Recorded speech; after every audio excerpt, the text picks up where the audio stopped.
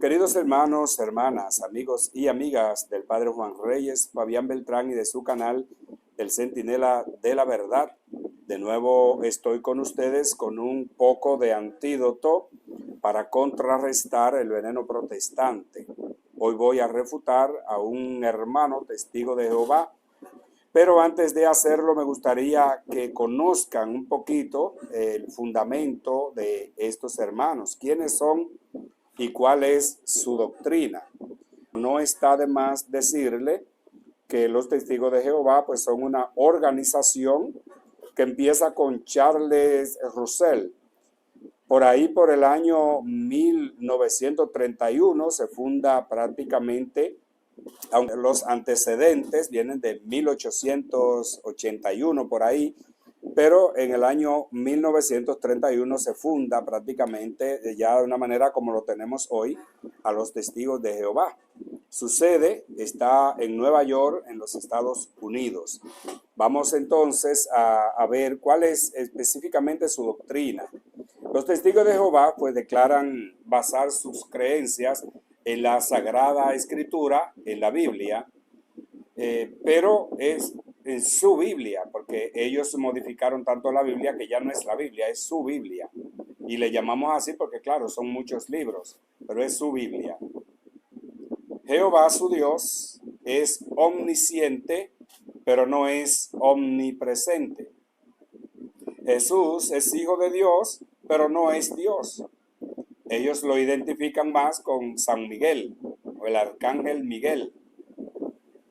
María no la consideran madre de Dios, claro, es madre de Jesús, pero como para ellos Jesús no es Dios, entonces María no es madre de Dios, claro está. Rechazan la doctrina sobre la Trinidad, realmente también por eso. Jesús no es Dios, por lo tanto no hay una Trinidad porque Jesús no es parte de esa Trinidad porque Él no es Dios. Rechazan el fuego del infierno y también rechazan la inmortalidad inherente del alma, es decir, que para ellos el alma muere con el cuerpo. No celebran la Navidad, ni la Pascua, ni tampoco celebran cumpleaños, etcétera, etcétera. Creen en la parusía, o sea, en la segunda venida de Cristo, ya que según ellos se produjo en el año 1914 y creen que solo 144,000, que serían los ungidos, según ellos, esos gobernarán con Cristo en el cielo. Los demás pues se quedarán siendo gobernados en la tierra, pero una tierra ya libre de corrupción, etcétera, etcétera. Ahora quiero recordar a San Pablo, la carta que escribe a los Gálatas en el capítulo 1 del 6 al 8. Pablo me dice, o Pablo nos dice, me sorprende que ustedes abandonen tan pronto al que les llamó por la gracia de Cristo, lo hayan abandonado para seguir otro evangelio, Y dice Pablo, no es que haya otro, sino que hay gente que lo está perturbando y quieren alterar el evangelio de Cristo. Pero si nosotros mismos o un ángel del cielo les anuncia un evangelio distinto del que les hemos anunciado, sea anatema. El tema de hoy es sobre la Santísima Trinidad. Ustedes saben que para nosotros y muchas protestantes de fe cristiana, pues también confirman la Santísima Trinidad, pero el testigo de Jehová trae la cita bíblica que niegan la Santísima Trinidad. Entonces es necesario que le pongamos mucha atención. Vamos a escuchar entonces ahora al testigo de Jehová que nos trae la cita donde se niega la Santísima Trinidad.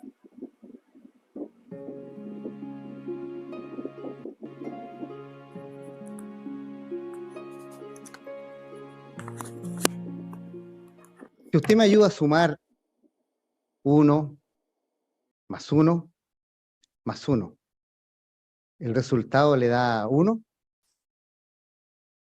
Claro que no, ¿cierto? Esto sería algo ilógico. Y si alguien le dijera que un padre tiene la misma edad que su hijo, ¿le parecería lógico? Claro que no. A usted también le parecería algo y más que nada absurdo. Pues estos mismos conceptos ilógicos son los que se han enseñado durante siglos a la gente en las iglesias mediante la doctrina de la Trinidad. 1 más 1 más 1, matemática humana son 3. Es lógico. Pero en el Evangelio de Jesucristo, según San Juan, 1 más 1 más 1 más 1, y así nos vamos hasta el infinito, siempre será 1. Y no es ilógico. En el Evangelio no es ilógico. Juan 17, 11 y 21 al 23. Que todos sean uno, que todos sean perfectamente uno, dice el Señor. Claro que las cosas espirituales no caben en la lógica humana, eso es claro. Es ahí donde interviene la fe que le falta a los testigos de Jehová. Este ejemplo me hace recordar una adivinanza que dice: cuando la mamá nació, ya el hijo corría. La respuesta, claro, es el humo. Hijo del fuego, se supone que antes que aparezca el fuego ya él existe, pero que en ciertos casos el fuego tiene que ser obligatoriamente primero, pero aquí el humo es primero. En el plano humano no es lógico que un hijo tenga la misma edad que el padre. No es lógico, claro que no. En el plano divino es posible. En el plano divino es posible. Es imposible para nosotros humanos, es posible en el plano divino. Pero es un misterio que hay que creer y aceptar por la fe. Los testigos de Jehová solo creen en lo que ven. Ellos no tienen el Espíritu Santo, que es quien revela los más íntimos secretos de Dios y que nos hace creer incluso aquello que no vemos. Ellos tienen mucha inteligencia, pero no sabiduría. Si no, miren a ver si en la Biblia tienen sabiduría. ¿Y en qué consiste la doctrina de la Trinidad? Se enseña que el Padre y el Hijo y el Espíritu Santo no son 3, sino que 1. Y también se dice que el Hijo ha existido siempre igual que el Padre. A esta doctrina se le llama la Santísima Trinidad. O sea, se dice que hay 3 personas, pero un solo Dios. Lógicamente, si existen 3 personas en Dios, tienen que ser eternas las 3. Eso es lógico. El Padre, el Hijo y el Espíritu Santo no son 3 dioses, eso no lo enseña la Iglesia, sino 3 personas en un solo Dios. En este párrafo vemos que el hermano está claro en lo que la Iglesia enseña. Él está claro en lo que la Iglesia enseña sobre la Santísima Trinidad. Pero como vaya avanzando en el tema, ustedes se darán cuenta cómo va a hacerle creer a sus tontos otra cosa. Ahora, ¿dónde se originó esta enseñanza? En la cuna de las religiones, en Babilonia. Y la primera idea trinitaria enseñaba a los babilonios que existían 3 fuerzas. Anu, el poder del cielo; Enlil, el poder de la tierra; y Ea, el poder del agua. En realidad eran estas 3 fuerzas, pero en conjunto eran un solo Dios. Aquí mete la mentira. Aquí es donde se mete la mentira, principal arma de los hermanos protestantes. Por eso siempre digo que no tienen nada que envidiarles a la serpiente que engañó a Adán y a Eva. Cada religión tiene su teoría sobre sus creencias y tiene muchos parecidos en algunas cosas. Al decir este hermano que Babilonia es la cuna de las religiones, está queriendo decir que las religiones nacen en Babilonia o se desarrollan en Babilonia. Y esto es falso. En Babilonia no hay una trilogía de dioses, sino dioses independientes como ellos lo creen de Jesús, o sea, los testigos de Jehová. Entienden que Jesús no es Dios, sino un Dios. Entonces están siendo politeístas porque dicen creer en Jesús. ¿Y cómo llegó la Trinidad a convertirse en una enseñanza de la Iglesia? Bueno, esto se produjo mediante una serie de concilios hasta ser adoptada oficialmente en el siglo IV, en el concilio de Nicea. Allí se dijo definitivamente, el Padre y el Hijo son iguales. De ahí en adelante se confirmó esa idea. Pero lo que nos importa a nosotros, ¿qué dice la Biblia? Los concilios no se hacen para inventarse conceptos, sino para definir los conceptos. En el concilio de Nicea se proclama el dogma de la Santísima Trinidad, cuyo propósito es terminar la discusión sobre el tema. Porque cuando la gente no es capaz de ponerse de acuerdo, la iglesia los acuerda. Para eso es justamente el magisterio de la iglesia, para poner el acuerdo donde no hay acuerdo. El concilio de Nicea fue en el siglo IV, claro está, año 325. Sin embargo, desde el primer siglo se menciona ya la palabra Trinidad.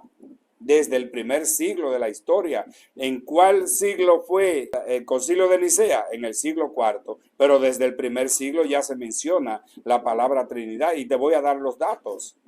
Por ejemplo, la Didache, que es el primer documento como doctrina de la iglesia que se elabora en el año 70 después de Cristo. Refiriéndose al bautismo, dice, bauticen en el nombre del Padre, del Hijo y del Espíritu Santo, agua viva. Significa que él está también usando a Mateo 28:19. Una carta de la iglesia de Esmirna a la comunidad de Filomelio se puede atribuir a San Ireneo, que vivió del año 125 al año 202. Es también el libro donde se describe o se narra el martirio de San Policarpo, que fue discípulo directo del apóstol San Juan. Dice, a él, se supone que a Jesús, sea la gloria con el Padre y el Espíritu Santo por los siglos de los siglos. Amén. Esto se dice entre los años 125 y 202 de nuestra época. Y se menciona la Santísima Trinidad. A él sea la gloria con el Padre y el Espíritu Santo. ¿Y cuál es él? Jesús, por los siglos de los siglos. Y luego dice, amén. Teófilo de Antioquía usó la palabra griega tríada en su obra Ad Autolicum, escrita por ahí por el año 180 de nuestra época, para referirse a Dios. En el año 215 después de Cristo, Tertuliano fue el primero en usar el término Trinidad en uno de sus escritos polémicos dirigidos contra Práxeas, un seguidor de la doctrina cristiana conocida como monarquianismo o monarquianismo. Dijo que los tres son uno, por el hecho de que los tres proceden de uno, por unidad de sustancia. Eso se dijo en el año 215 después de Cristo. Y también habla de la Santísima Trinidad del pastor de Hermas, San Ignacio de Antioquía, en el año 110, Arístides en el siglo II, Atenágoras en el siglo II, Tasiano el Sirio en el siglo II. Toda esta gente del siglo II hablaron de la Santísima Trinidad. Melitón de Sardes, Ireneo de León, Clemente de Alejandría, Teófilo de Antioquía, Tertuliano, Orígenes, Justino Mártir, todos ellos hablaron de la Santísima Trinidad en el segundo siglo de nuestra época. Pero el hermano testigo de Jehová le interesa lo que dice la Biblia, dice él, pero vamos a ver hasta qué punto es cierto que le interesa lo que dice la Biblia. Primero preguntemos, si la Trinidad fuera cierta, ¿no debería estar claramente expresada en la Biblia? La Trinidad está claramente expresada en la Biblia, desde el Génesis hasta el Apocalipsis. Pero claro que sí, hay que tener la influencia de la misma Santísima Trinidad para poder verla. Los testigos de Jehová nunca la podrán ver ya que no lo creen, según el apóstol Pablo en su segunda carta a los Corintios, capítulo 3, versículo 15 y 16. Cuando usted lea esta lectura, sabrá por qué los testigos de Jehová no lo podrán ver. ¿Por qué durante milenios ninguno de los profetas de Dios enseñó que existía una Trinidad? Ahora, si Jesús fue el gran maestro con sus habilidades, ¿por qué no pudo o no explicó la Trinidad a sus seguidores? Ahora, habría de inspirar Dios miles de páginas y en ninguna de estas se puede explicar la doctrina de la Trinidad. En la antigua alianza no era posible que algún profeta hablara de lo que no se conocía, era imposible. Sin embargo, podemos mostrar citas bíblicas en la antigua alianza que tratan sobre un Dios trino, pero esto lo vamos a ver más adelante. Pero ¿será verdad que Jesús no habló de la Santísima Trinidad, según dice este hermano? ¿Será verdad que Jesús no habló de la Santísima Trinidad? Jesús no mencionó la palabra Trinidad. De eso estoy plenamente seguro. Los evangelistas tampoco mencionaron la palabra Trinidad, pero sí pusieron la doctrina de la Santísima Trinidad, pero eso está oculto a los ojos de un testigo de Jehová. Está totalmente oculto a los ojos de un testigo de Jehová. No son capaces de verlo. Para nosotros los testigos de Jehová, la enseñanza del reino, por ejemplo, una de nuestras enseñanzas, pero la enseñanza del reino es una enseñanza central, una enseñanza muy importante. Pero esta la encontramos desde el primer libro de la Biblia, desde Génesis, atraviesa toda la Biblia y termina mencionando lo que va a lograr este reino. Es decir, está en toda la Biblia explicada claramente. Pero no ocurre eso con la Trinidad. De hecho, la palabra Trinidad ni siquiera aparece en la Biblia. En la misma manera en que se explica el reino, de la misma manera pasa con la Santísima Trinidad. Pero un testigo de Jehová no puede verlo, porque no le interesa en lo absoluto. Lo único que le interesa a ellos es llevar la contraria. Es verdad. La palabra Trinidad no aparece en la Biblia, no, es una de las palabras que no aparece en la Biblia, pero la palabra Biblia tampoco aparece. Y ustedes creen en la Biblia. Entonces, como nosotros somos o queremos ser buenos estudiantes de la Biblia, de la palabra de Dios, veamos con nuestros propios ojos y vamos a repasar lo que dice la Biblia sobre el Padre y sobre el Hijo.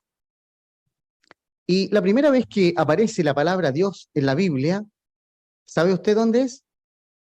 Claro que lo sabe. Veámoslo, empecemos abriendo la Biblia en Génesis capítulo 1, versículo 1. Lo primero que sale en la Biblia.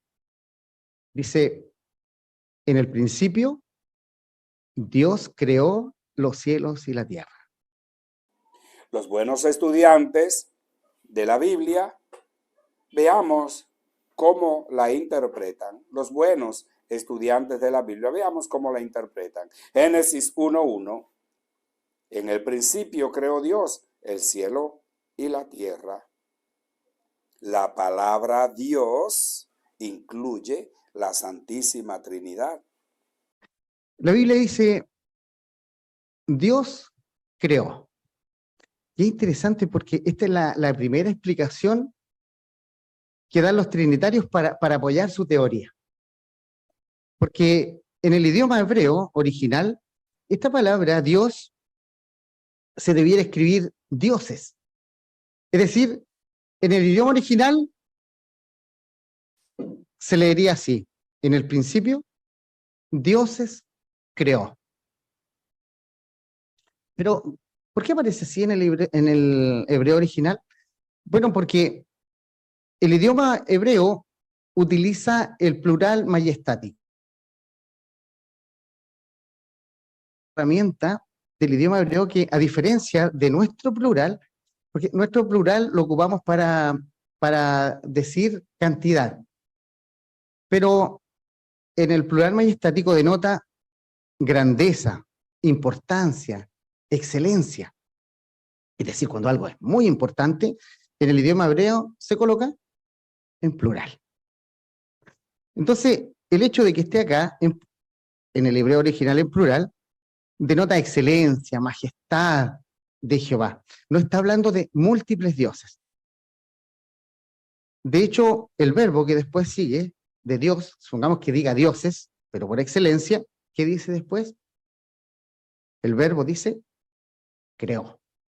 Y esto está en singular. Muy bien. Avancemos, porque vamos a ver muchos textos bíblicos.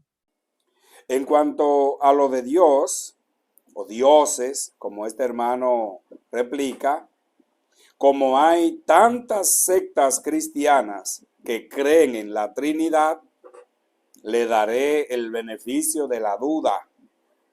Puede ser que alguien tenga esa interpretación. En cuanto que yo no sé la interpretación que cada una de las sectas hacen, pero yo nunca había oído algo así, mucho menos como para explicar la Santísima Trinidad. Nunca había oído eso que dice este hermano. La iglesia nunca ha hablado de dioses cuando se refiere a la Santísima Trinidad, cuando se refiere a Dios, sino que se refiere a tres personas en un solo Dios. Esto es un misterio de fe que, humanamente hablando, para tranquilidad nuestra, podríamos comparar con un árbol que tiene tres ramas y un solo tronco, o con un triángulo. Que eso nosotros podemos entenderlo, esas dos cosas. Un triángulo tiene una particularidad. Primero, es una sola figura y tiene tres ángulos. Es una sola figura y tiene tres lados. Podríamos nosotros tomar esto como ejemplo, si quisiéramos, humanamente hablando, porque todavía esto no explica el misterio. Claro que no. El misterio es mucho mayor que eso. Y vamos a ver ahora el capítulo 1, el versículo 26. Este texto dice, entonces Dios dijo, hagamos al ser humano. Aquí dice, hagamos al ser humano, o lo que hemos leído este texto varias veces, dice, hagamos al hombre, ¿cierta? Nuestra imagen, lo recordamos así, pero dice, hagamos al ser humano. Y otra vez los trinitarios ocupan este versículo diciendo que aquí está Dios conversando con sus tres entes, el Padre, el Hijo y el Espíritu Santo, sobre cómo iban a crear a este ser humano. Porque dice, hagamos.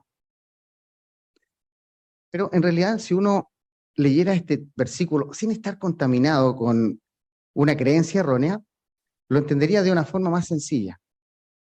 Por ejemplo, imagine que usted va caminando por una vereda y están haciendo una construcción, pero la construcción la están tapando con unos paneles, y usted va caminando y al otro lado de los paneles escucha que usted diga, hagamos concreto, o hagamos esta muralla, etcétera. ¿Qué pensaría usted? ¿Pensaría que esa persona está hablando consigo mismo? No, ¿verdad? Sencillamente usted se imagina o se da cuenta que esa persona está conversando con otra, ¿cierto? Así sencillamente. Y eso fue lo que dijo Dios en este versículo. Estaba hablando con otra persona, con su hijo, que fue el que le ayudó a hacer toda la creación. Usted lo conoce como él, el obrero maestro, ¿verdad? Génesis 1:26, que cita este hermano, Génesis 1:26. Y dijo Dios, hagamos al ser humano a nuestra imagen, como semejanza nuestra, y manden en los peces del mar, y en las aves de los cielos, y en las bestias, y en todas las alimañas terrestres, y en todas las sierpes que serpentean en la tierra. Eso fue lo que Dios dijo. A estos hermanos les cuesta creer que cuando Dios dice hagamos a nuestra, Dios entra en consejo consigo mismo e invoca la plenitud de su ser, del cual es revelación la Santísima Trinidad. La Santísima Trinidad es la plenitud del ser de Dios, pero ellos no lo van a ver nunca. El testigo de Jehová insinúa que los que creemos en la Trinidad, por esta cita bíblica, estamos contaminados con creencias erróneas. El testigo de Jehová, que no está contaminado, reconoce que el Creador habla con su Hijo, pero cree que ese hijo es otro Dios y no el mismo Dios. Así lo va a expresar él más tarde. Ahora, si avanzamos un poco de la Biblia, podemos preguntarnos, ¿y los israelitas? ¿Creían ellos en una Trinidad? Bueno, veamos lo que dice la Biblia. Deuteronomio capítulo 6, versículo 4.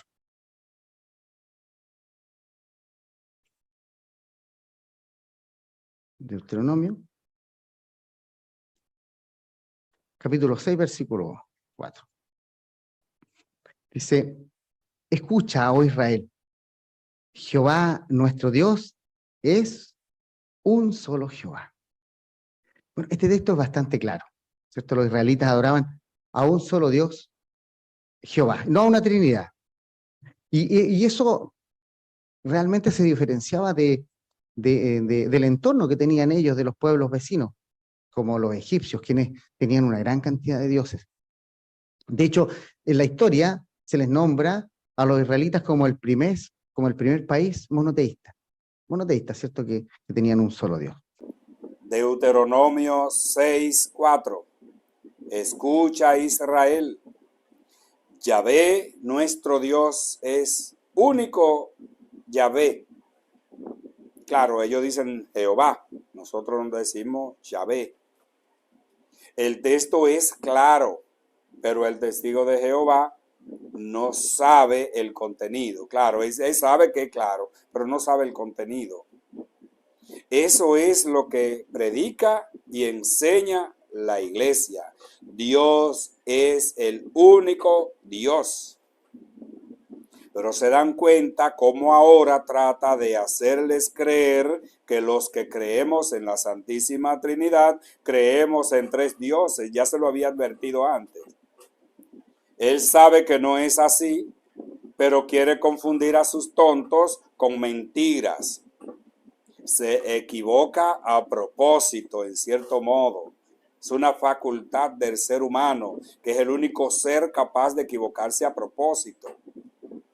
La iglesia nunca ha enseñado sobre tres dioses, sino en tres personas y una sola sustancia o naturaleza. Tres personas en un solo Dios, como el árbol del que les hablé antes o el triángulo del que les hablé. Una sola figura, tres ángulos, una sola figura, tres lados. Ahora, si avanzamos otra vez un poquito en el tiempo, nos preguntamos, ¿qué pasa con los cristianos? ¿Creían ellos en una Trinidad? Bueno, miremos ahora, entonces avancemos en la Biblia. Primero a los Corintios capítulo 8, versículos 5 y 6. Sí, porque aunque hay muchos supuestos dioses, tanto en el cielo como en la tierra, como de hecho hay muchos dioses y muchos señores, para nosotros, los cristianos, ¿cierto? En realidad solo hay un Dios, el Padre, de quien vienen todas las cosas y para quienes existimos nosotros. Y solo hay un Señor Jesucristo, mediante quien existen todas las cosas y mediante quien existimos nosotros. Nuevamente estos versículos son claros, ¿verdad? Muestran claramente que los cristianos adoraban a un solo Padre y creían también en Jesús como el Señor o mediador entre Dios y los hombres. 1 Corintios 8, 5 al 6. Es verdad que algunos son considerados dioses, sea en el cielo o en la tierra. De hecho, hay una cantidad de dioses y una cantidad de señores, pero para nosotros los católicos no hay más que un solo Dios, el Padre de quien todo procede y a quien nosotros estamos destinados, y un solo Señor Jesucristo, por quien todo existe y por quien nosotros existimos. El testigo de Jehová no debió tocar el versículo 6 porque para él Cristo no es Dios.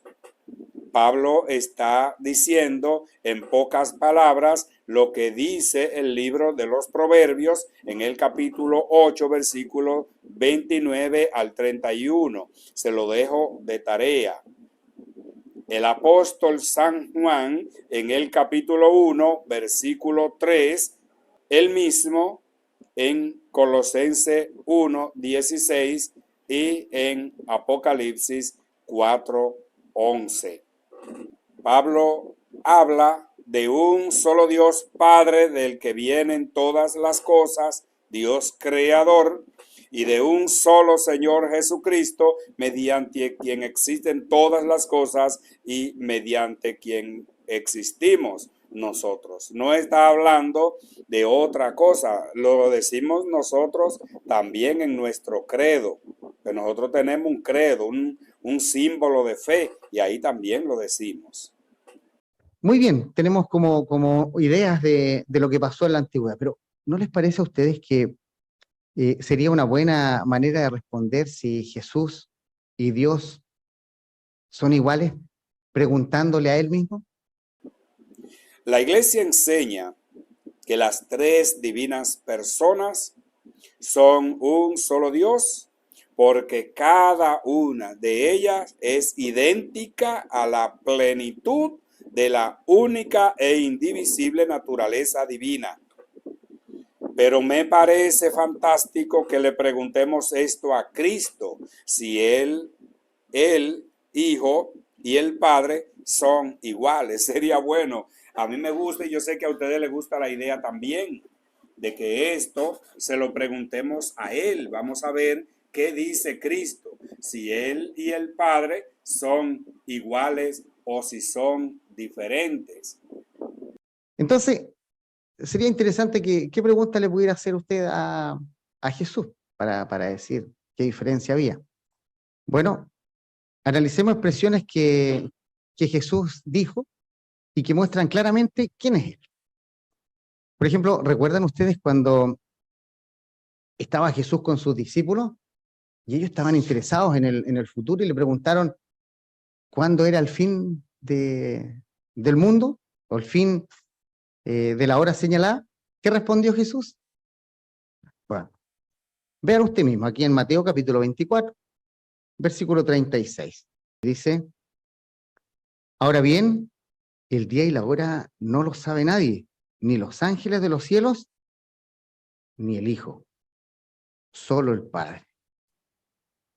Jesús dijo que no sabía las mismas cosas que el Padre. Ahora, si Jesús fuera Dios, ¿debería saber lo mismo? Claro que sí, ¿cierto? Mateo 24:36. Por lo que se refiere a ese día, cuando vendrá, nadie lo sabe, ni siquiera los ángeles de Dios, ni aún el Hijo, sino solamente el Padre. Verdaderamente estamos ante un texto que podría hacernos dudar de la divinidad de Jesús. Por tanto, no culpo al testigo de Jehová en su duda. Lo culpo de no buscar respuesta y de contentarse con una interpretación mezquina del texto. Porque la misma boca de Jesús testificó que Él es igual al Padre. Veámoslo, por ejemplo, en Juan 10:30. Mi Padre y yo somos uno. En Mateo 28:18, Jesús se acercó y les habló así: me ha sido dado toda autoridad en el cielo y en la tierra. En Juan 5:17, Él les respondió: mi Padre trabaja y yo también trabajo, para igualarse al Padre. Juan 14:9-10, Jesús le respondió: Felipe, hace tanto tiempo que estoy con ustedes y no me conoces. El que me ha visto a mí ha visto al Padre. ¿Cómo dices tú, muéstranos al Padre? ¿No crees que yo estoy en el Padre y el Padre está en mí? Las palabras que les digo no son mías. El Padre que habita en mí es el que hace las obras. Juan 16:15. Todo lo que es del Padre es mío. Por eso les digo, recibirá, o sea, refiriéndose al Espíritu Santo, recibirá de lo mío y se lo anunciará a ustedes. Juan 17:10, todo lo mío es tuyo, le dice Jesús al Padre, y todo lo tuyo es mío. En ellos he sido glorificado. Quizás la pregunta del testigo de Jehová se puede responder con Hechos de los Apóstoles, capítulo 1, versículo 17. Él les respondió: no les corresponde a ustedes conocer el tiempo y el momento que el Padre ha establecido con su autoridad. Eso es lo que dice Jesús, por eso les respondió así, porque a ellos no les tocaba conocer eso, y Jesús no se lo iba a decir. Y además de eso, Jesús estaría hablando como hombre, no como Dios. Porque también esa es otra cosa que hay que distinguir. Cuando habla como Dios y cuando habla como hombre. Porque Jesús es Dios, pero al encarnarse es hombre, verdaderamente hombre también como nosotros. Comparte toda nuestra naturaleza humana.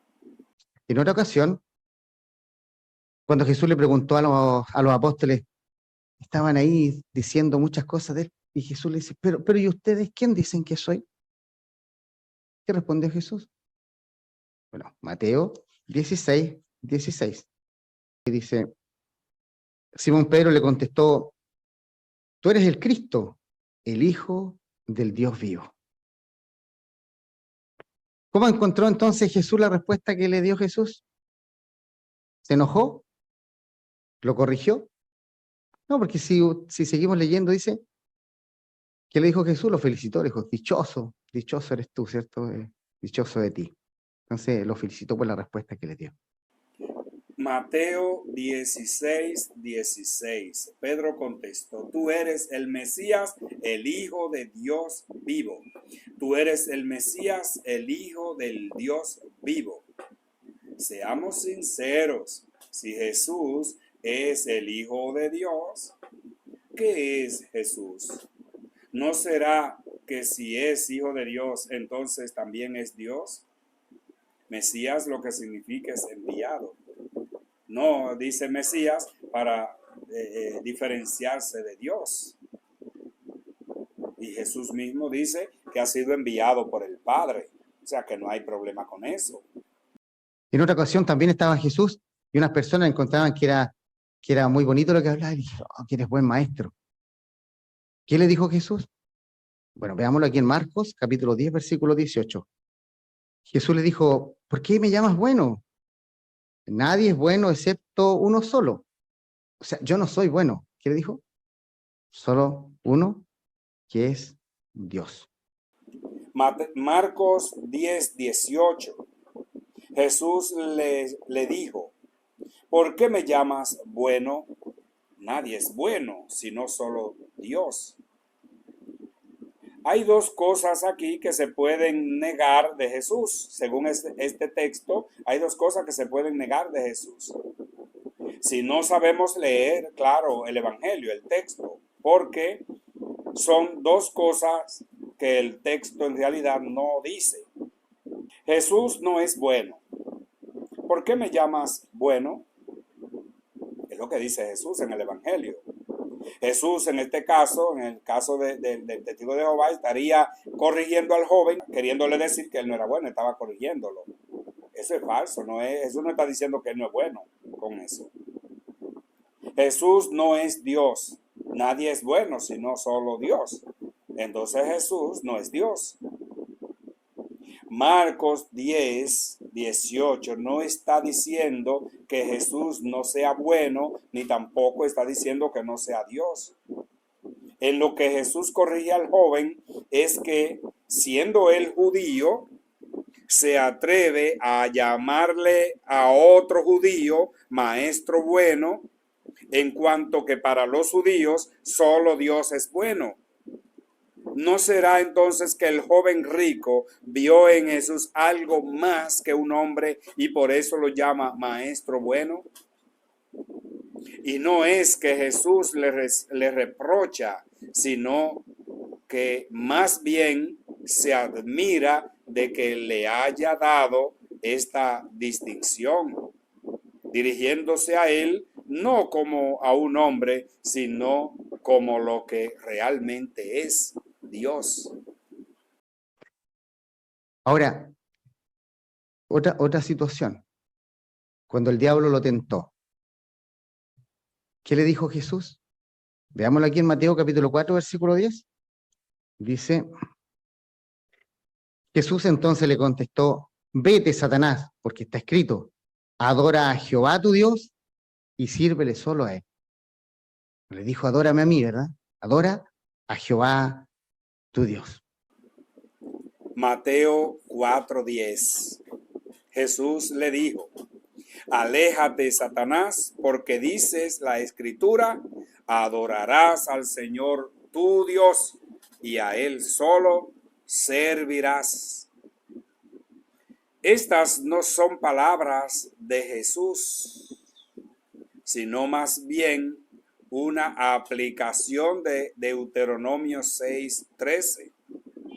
Claro que Jesús, según San Pablo, Cristo no hizo alarde de su categoría de Dios en Filipenses 2:6. Por tanto, al hacerse uno como nosotros, según Filipenses 2:7, nos habla como un humano que, al igual que todos los humanos, tiene un Dios al cual respeta, ama, escucha y obedece. Otra situación. La noche antes de morir, Jesús estaba triste, bueno, todos sabemos, y oró a Jehová. Oró, ¿cierto? Ustedes nos vamos a dar cuenta de quién. Veamos lo que dice Lucas capítulo 22, versículo 42. Padre, si quieres, quítame esta copa, pero que no se haga mi voluntad, sino la tuya.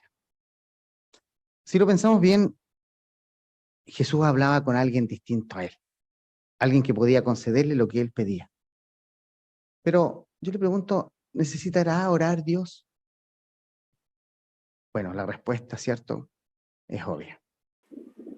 Lucas 22:42. Yo estoy tocando solamente los textos que él pone ahí. Vamos a ver, a darle el verdadero significado, porque él no lo entiende.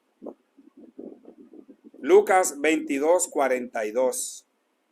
Con estas palabras, Padre, si quieres, aparta de mí esta copa, pero que no se haga mi voluntad, sino la tuya.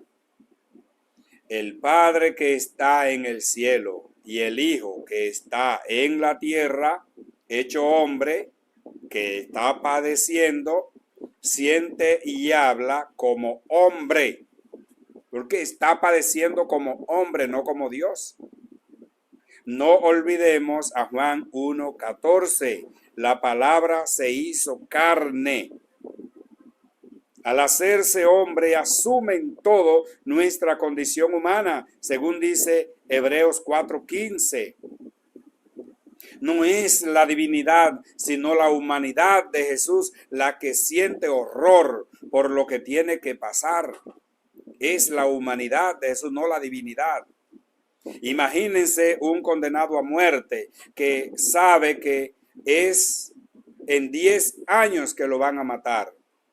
Pues vivirá una vida normal, porque son 10 años, y en 10 años muchas cosas pueden cambiar. Pero ahora imagínense que ya esos 10 años se cumplieron y que solo le falta un día o que le faltan horas. ¿Estaría normal? Ustedes saben que no. Se angustiaría bastante. Jesús no era un espíritu fingiendo tener un cuerpo como el nuestro. Era Dios encarnado. Entiéndanlo. Ahora, eso hizo la noche antes de morir. Pero ¿y cuando estaba a punto de morir? ¿Cuáles fueron una de las últimas palabras de Jesús?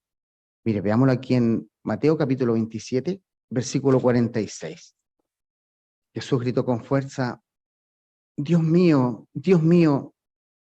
¿por qué me has abandonado? Si Jesús dijo estas palabras, yo les pregunto, ¿a quién clamó Jesús? ¿Se clamó a sí mismo? De seguro esa expresión, Dios mío, no proviene de alguien que se considere Dios, ¿cierto? Además, ¿quién lo había abandonado? ¿Se abandonó a sí mismo? Qué interesante poder ver estas palabras que Jesús mismo dijo. Mateo 27:46. A eso de las 3, Jesús gritó con fuerza, Elí, Elí, lama sabactani, que quiere decir, Dios mío, ¿por qué me has abandonado?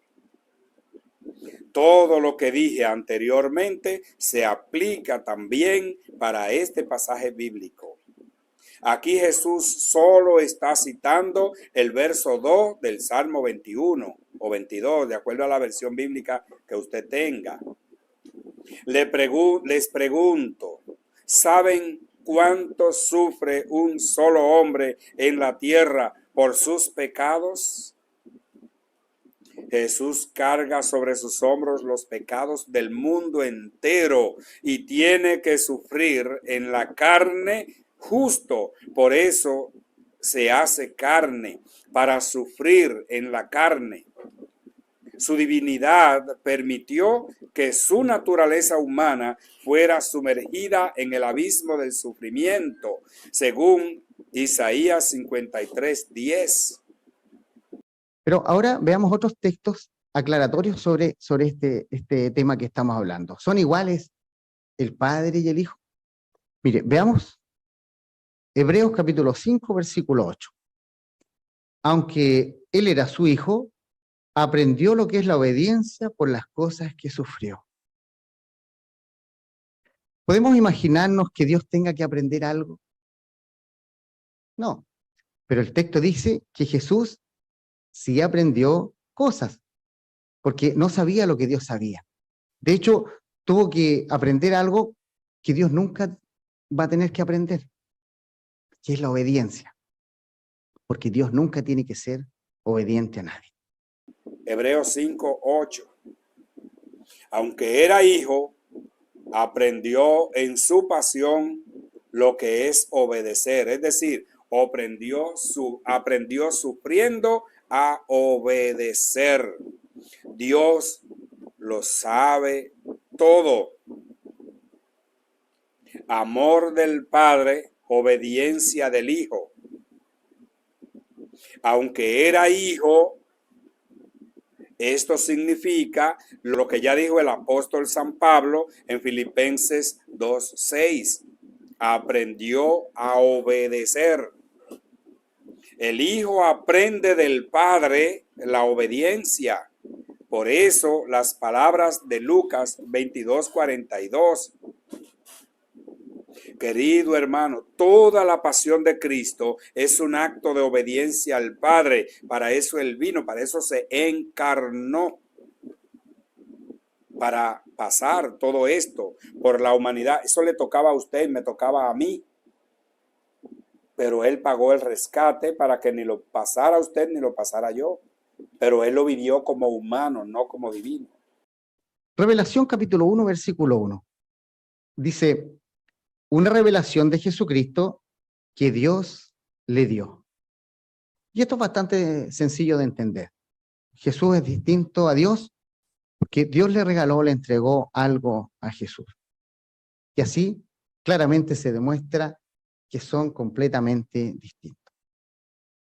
Ahora, ya hemos visto varios textos de la Biblia, ¿verdad? Pero usemos un poquito el razonamiento lógico.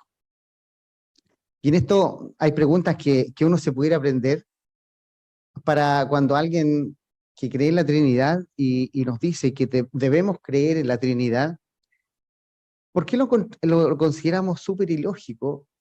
Apocalipsis 1:1. Esta es la revelación de Jesucristo. Dios se la dio para enseñar a sus servidores. Señores, no fue a Jesucristo que Dios se la dio. Fue al apóstol San Juan. Dice, envió a su ángel para que se la diera a entender a su servidor Juan. En la iglesia, cuando decimos Dios, nos estamos refiriendo a la Trinidad, no solo al Padre. Juan utiliza el término revelación de Jesucristo, o bien porque la recibe de Jesucristo, o bien porque tiene a Cristo por objeto. Por eso él dice revelación de Jesucristo, que significa Apocalipsis, y que aplica a la manifestación de Jesucristo en la parusía o segunda venida.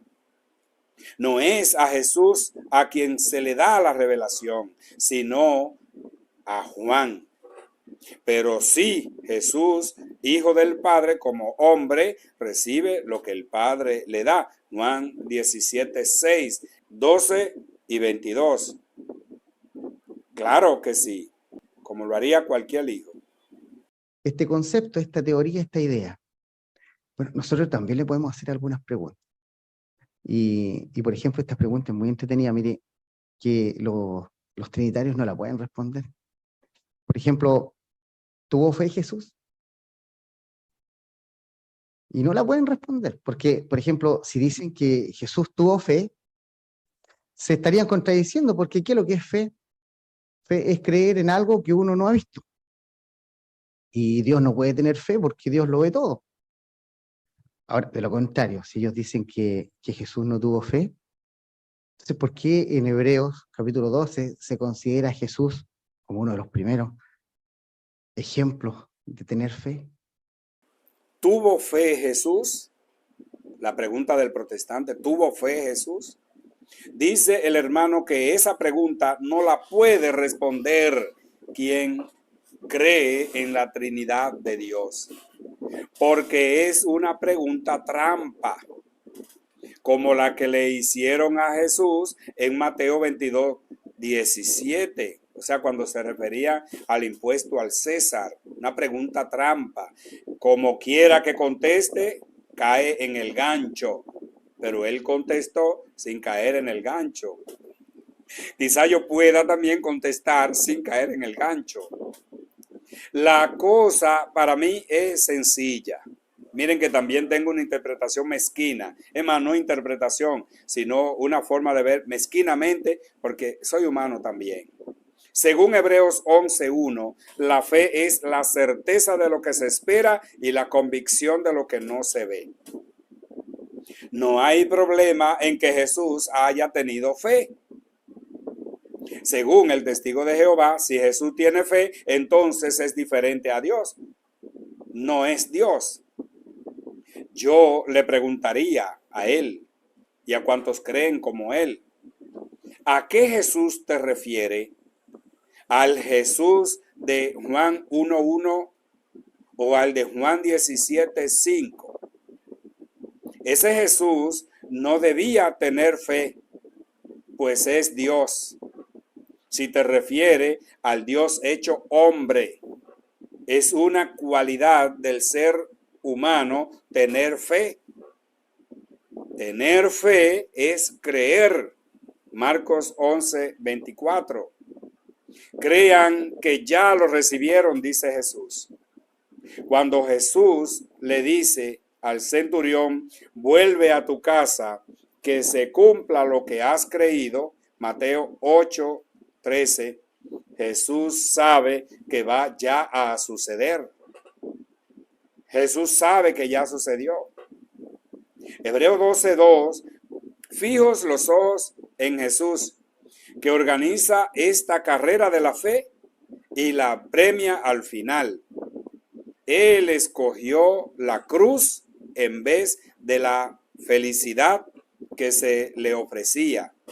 No tuvo miedo a la humillación y ahora está sentado a la derecha del trono de Dios.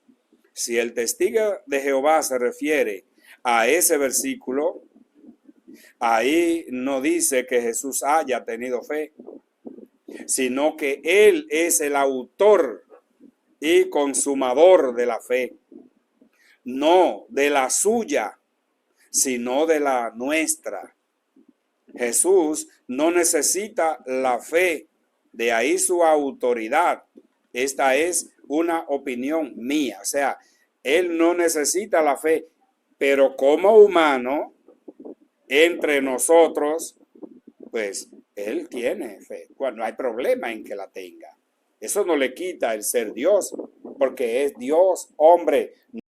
¿Quiere otra pregunta? ¿Quiere saber otra pregunta? Mira, hay otra súper entretenida. Por ejemplo, esta dice, ¿realmente murió Jesús?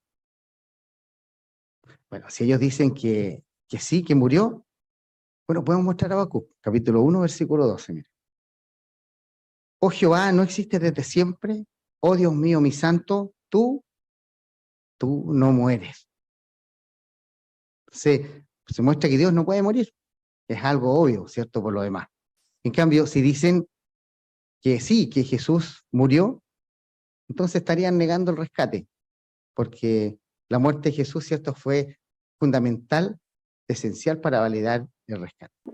¿Realmente murió Jesús? Otra pregunta que él cree que no podemos responder. Y si Jesús, el Cristo, murió, entonces los testigos de Jehová no son capaces de entender que Jesús es Dios y hombre verdadero, 100% Dios y 100% hombre. Al leer los evangelios, hay que aprender a ver al Jesús hombre y al Jesús Dios. Por ejemplo, en la cruz Jesús dice, Dios mío, ¿por qué me has abandonado? Tenemos que ver ahí al Jesús, a la naturaleza humana de Jesús. Sin embargo, cuando dice, hoy mismo estarás conmigo en el paraíso, yo ahí no veo al humano. Yo ahí veo la naturaleza divina de Jesús. Habla como Dios y no como hombre. Es de humano morir, querido hermano, es de humano morir. Por lo tanto, si se hizo 100% hombre, por tanto, como humano tiene que morir. Y como divino tiene que resucitar. Por eso Mateo 16:20 que usted lo puede leer, pues nos habla de que Él tiene que morir y tiene que resucitar. Está también evidenciado en Juan 10:18, donde Jesús afirma: el Padre me ama porque yo doy mi vida para recobrarla. Nadie me la quita, sino que yo doy mi vida por mí mismo. Tengo poder de darla y tengo poder de recobrarla.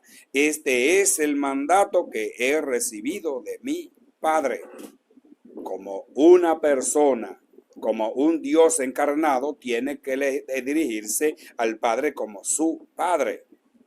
Por eso nosotros a la segunda persona de la Santísima Trinidad le llamamos Hijo, el Hijo. Y claro que sí, que lo es.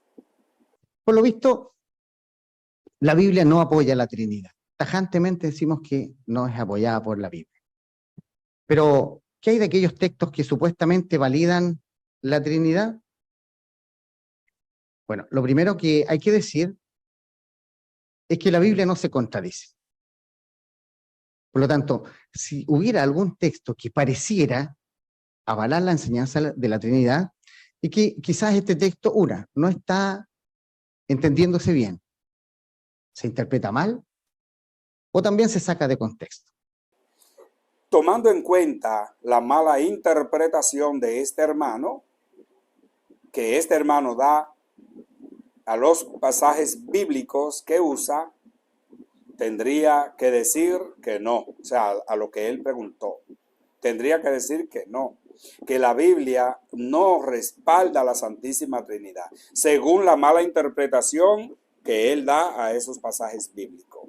Pero tomando en cuenta las incoherencias de su oposición y sabiendo que usan los textos sacándolo del contexto para usarlo como pretexto para engañar a sus tontos, tengo que decir que son los testigos de Jehová los que no apoyan la Sagrada Escritura, que nos habla claramente de la Santísima Trinidad.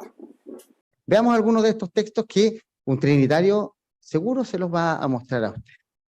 Juan capítulo 10, versículo 30, que son los textos de apoyo que tiene la Trinidad. Juan capítulo 10, versículo 30, yo y el Padre somos uno. ¿Qué opina? Está más clarito que el agua, ¿cierto? Jesús y el Padre son lo mismo. Bueno, pero para entender este texto hay que primero entender el contexto. Hay que mirarlo. Y Jesús no estaba hablando del número uno cuando dice que yo y el Padre somos uno. No se refiere a un número, sino a la cualidad de unidad que hay entre ellos. Estaba diciendo que él estaba en unidad a Jehová en propósito, en pensamiento, y que deseaba que también los discípulos tuvieran esa misma unidad. De hecho, en cierta ocasión, pidió a Jehová que los 11 apóstoles fueran uno. Eso quería decir que actuaran en unidad. Como un equipo de fútbol de 11 jugadores, ¿cierto? Donde el delantero mete el gol, pero el arquero también va a apoyar y celebra juntos. Porque en el fondo son uno, un equipo. Juan 10:30. Yo y el Padre somos uno. La unidad del Padre y del Hijo va mucho más allá de un propósito y de un pensamiento. Según este hermano, Jesús es un Diosito que conoce los propósitos y los pensamientos de Dios. En realidad, no sé por qué este testigo de Jehová cree que este texto es fundamental para defender la Santísima Trinidad. No debe creerlo, debe afirmarlo. La verdad es que todo el Evangelio explica y da sentido a la Santísima Trinidad. Jesús dice, el Padre y yo somos uno. Pero para entender el texto primero hay que entender el contexto. ¿Y cuál es el contexto? Les invito entonces a leer desde el versículo 19.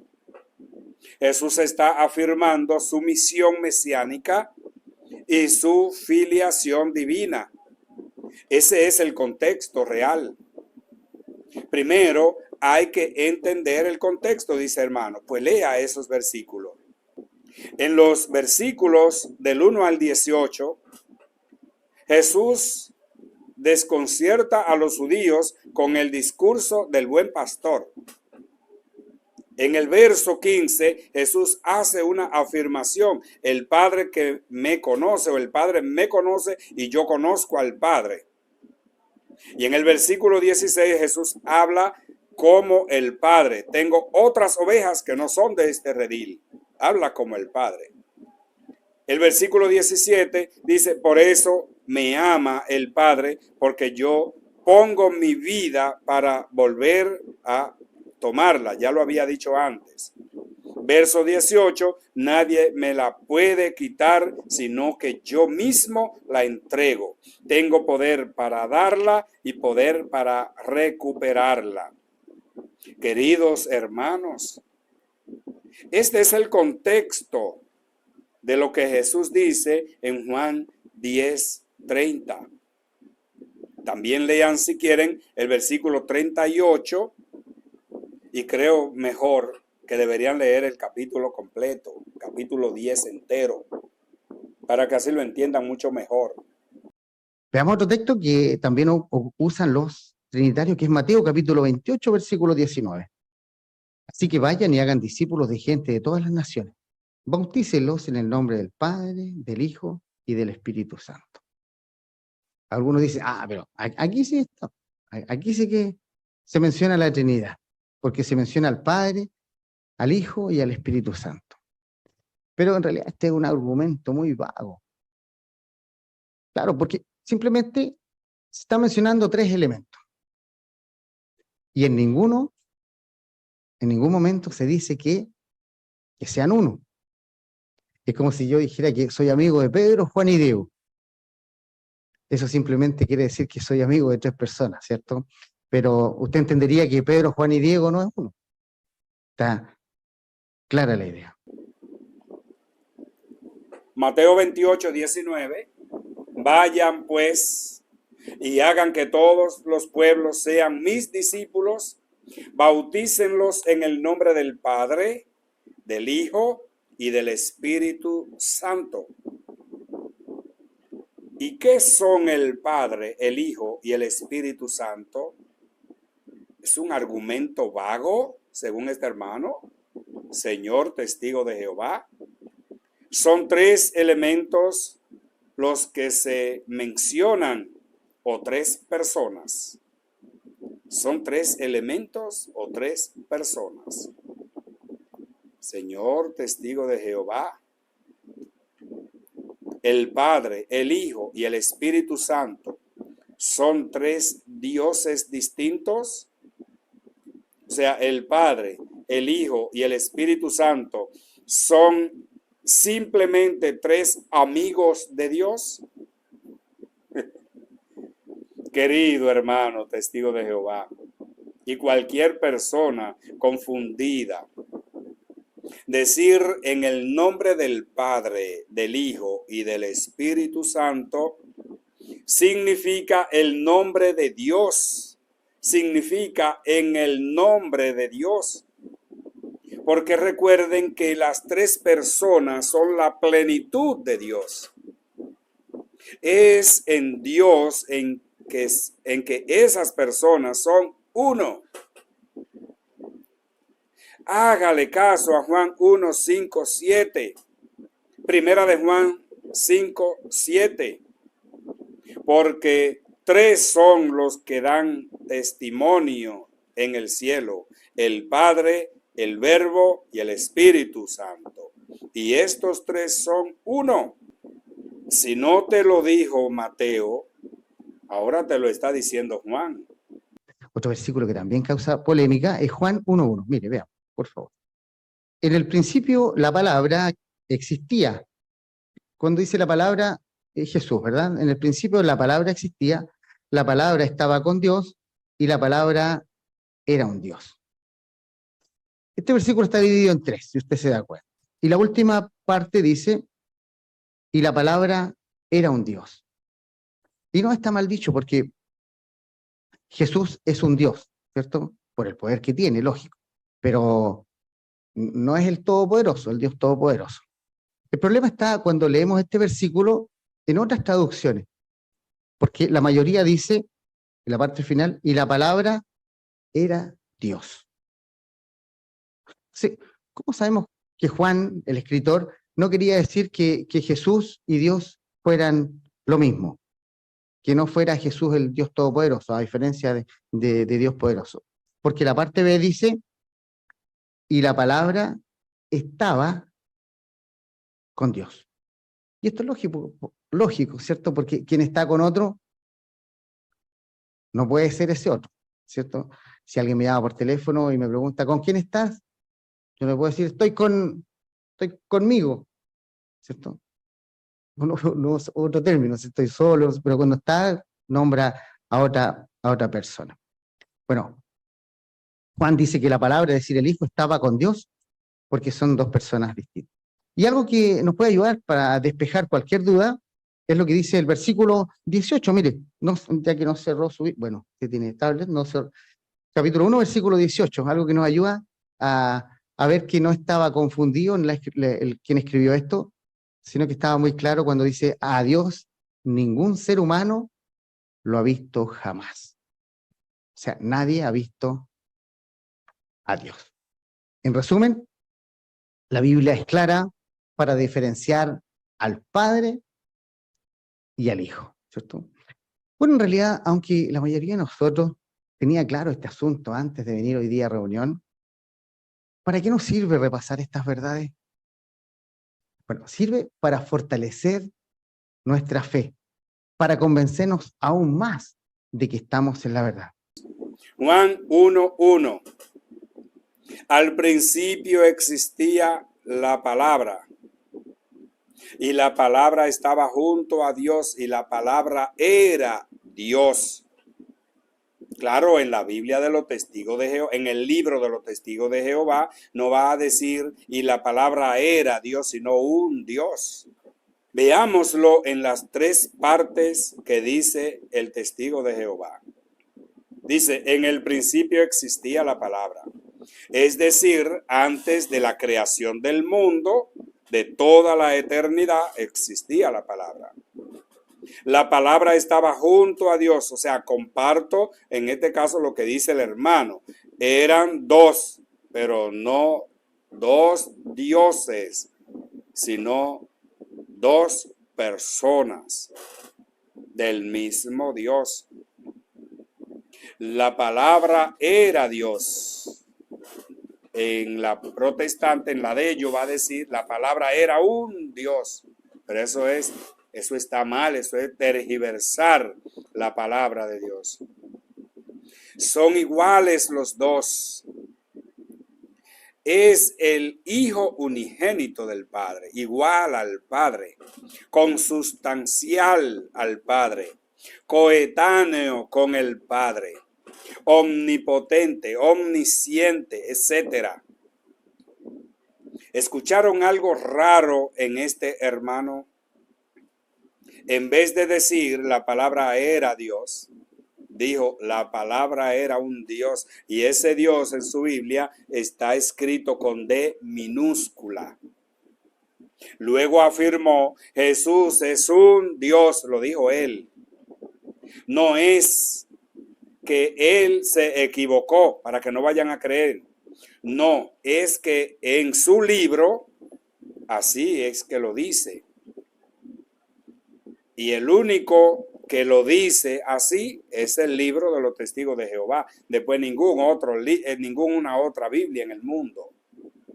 Y lo ponen como con D minúscula, como ya les dije, para indicar que es un diosito, o sea, un dios en miniatura. Entonces ellos no son monoteístas, son politeístas, porque si son cristianos, si se consideran cristianos y consideran que Jesús es Dios o un Dios, están creyendo en dos dioses, el Padre y el Hijo, dos dioses. Por eso y por muchas cosas más, este documento pasó de ser Biblia a ser un libro de mentiras. Es por eso que ellos prohíben a sus tontos que lean una Biblia que no sea la de ellos, para que no descubran la verdad. Juan 1:18, nadie ha visto al Padre, o sea, nadie ha visto jamás a Dios. El que lo ha revelado es el Hijo único que está en el seno del Padre. Usted dirá, si Él es Dios, ¿cómo dice que nadie lo ha visto? Lo estaban viendo ellos, pero no se daban cuenta. Ya llegará el momento de que Jesús le haga saber que viéndolo a Él, están viendo a Dios, al Padre. En Juan 14:8, Felipe le dijo, Señor, muéstranos al Padre, y eso nos basta. Y en Juan 14, del 9 al 10, Jesús le respondió, Felipe, hace tanto tiempo que estoy con ustedes y todavía no me conocen. El que me ha visto a mí, ha visto al Padre. ¿Cómo dices tú, muéstranos al Padre? ¿No crees que yo estoy en el Padre y el Padre está en mí? Las palabras que les digo no son mías. El Padre que habita en mí es el que hace las obras. Con razón decía Juan en el capítulo 1, versículo 1, al principio existía la palabra. ¿Quién es la palabra? La palabra de Dios, la palabra de Jesús. Y luego va a decir, la palabra se hizo carne y habitó entre nosotros. Recuerde, Juan capítulo 17, versículo 3, dice que un requisito para obtener la vida eterna es conocer la identidad del único Dios verdadero. ¿Queremos ser amigos de Dios? No podemos ser amigos de alguien que no conocemos. Y como deseamos que más personas también sean amigos de Dios, sigamos ayudando a adquirir conocimiento del único Dios verdadero y de aquel a quien Él envió, su Hijo Jesús. Juan 17:3. Y la vida eterna es que te conozcan a ti, solo Dios verdadero, y a Jesucristo enviado tuyo. No sé qué pretendes mostrar con este versículo. Dios, Hijo encarnado, habla con el Padre, no como amigo, sino como hijo. Lo que Jesús es, solo lo dice el versículo 3 de Juan 17. Ya saben que no. Hay que leer el versículo 5 y todo el capítulo. Ahora bien, si nos quedamos solo con el versículo 3, y la vida eterna es que te conozcan a ti, solo Dios verdadero, y a Jesucristo tú enviado, tendríamos que decir, es que para eso se encarnó, para que lo conozcan. Y conociéndolo a Él, conozcan al Padre. Juan 14, 9 al 11. Quien me ha visto a mí, ha visto al Padre.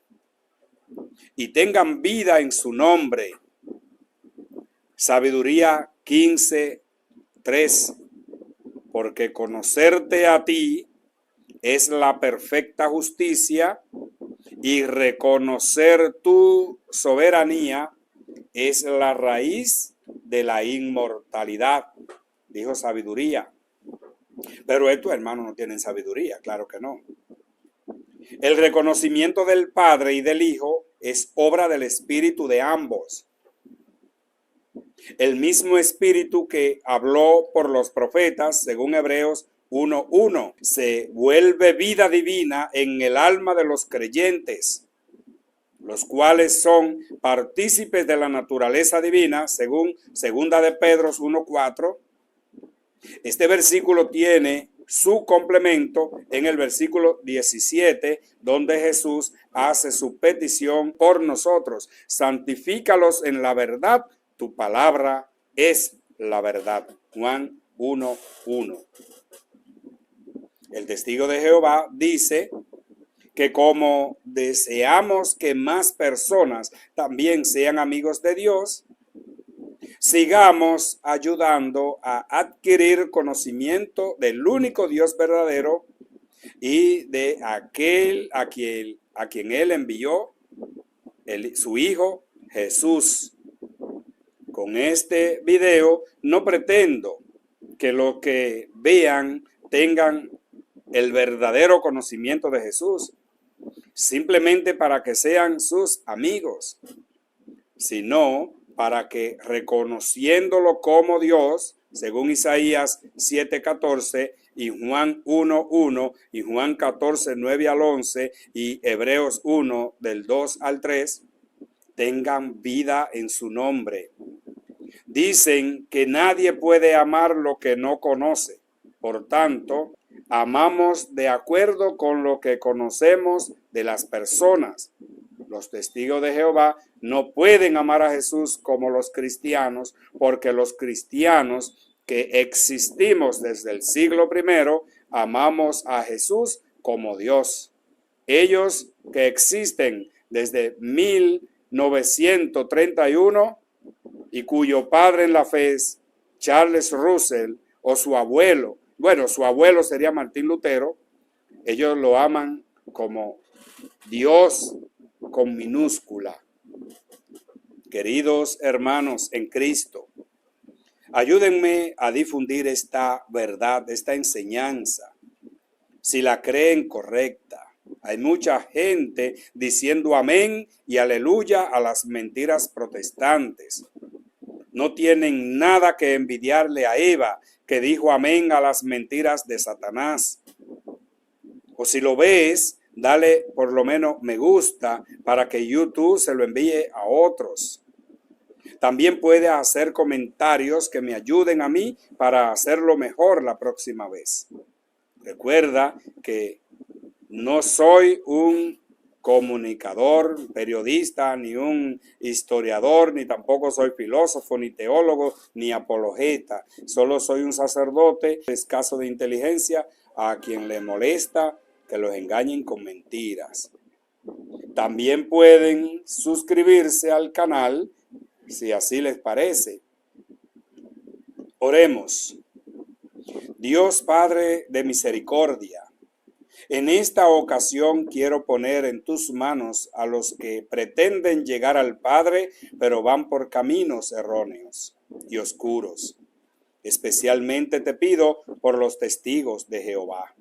Permite a tu iglesia ser un faro de luz que ilumine y les haga ver el camino que conduce al Padre, que eres tú mismo, a quien sea la gloria, el honor y el poder por los siglos de los siglos. Amén. Y la bendición de Dios Todopoderoso, Padre, Hijo y Espíritu Santo, descienda sobre ustedes y les acompañe para siempre. Amén.